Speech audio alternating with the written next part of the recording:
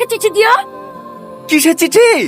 ওরে বাবা রে, জানে ভাজা মাছটা উল্টি খেতে জানে না। এই, এটা কি? এটা তো আমারই।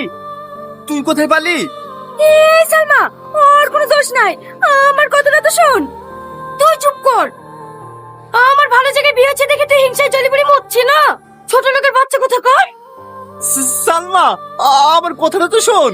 খবরদার, তোর ওই নোংরা মুখে আমার নাম উচ্চারণ করবি নি। তোকে আমার বন্ধু বাড়িতেও ঘৃণা লাগছে। ছি।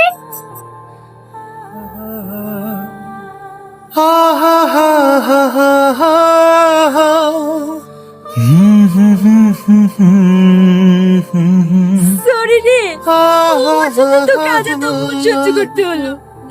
আমি তোর ব্যাগ থেকে চিঠিটা লিখে সালমাকে দিয়েছিলাম।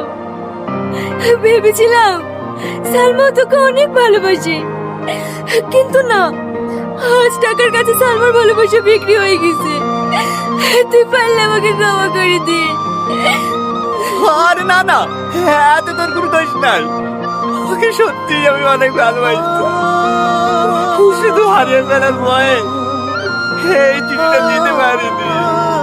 ভাবতাম চিঠিটা পাওয়ার পর ও যদি আমার সাথে কথা না বলে আমাদের বন্ধুদের সাথে নষ্ট হয়ে যায়, তখন তো ওর সাথে কথা না বলে থাকতে পারবো না। সেই ভয়ে চিঠিটা দিইনি, আর আজ সেটাই হলো। এখন হাজার বার চেষ্টা করলেও ওর সঙ্গে আর কথা বলতে পারবো না।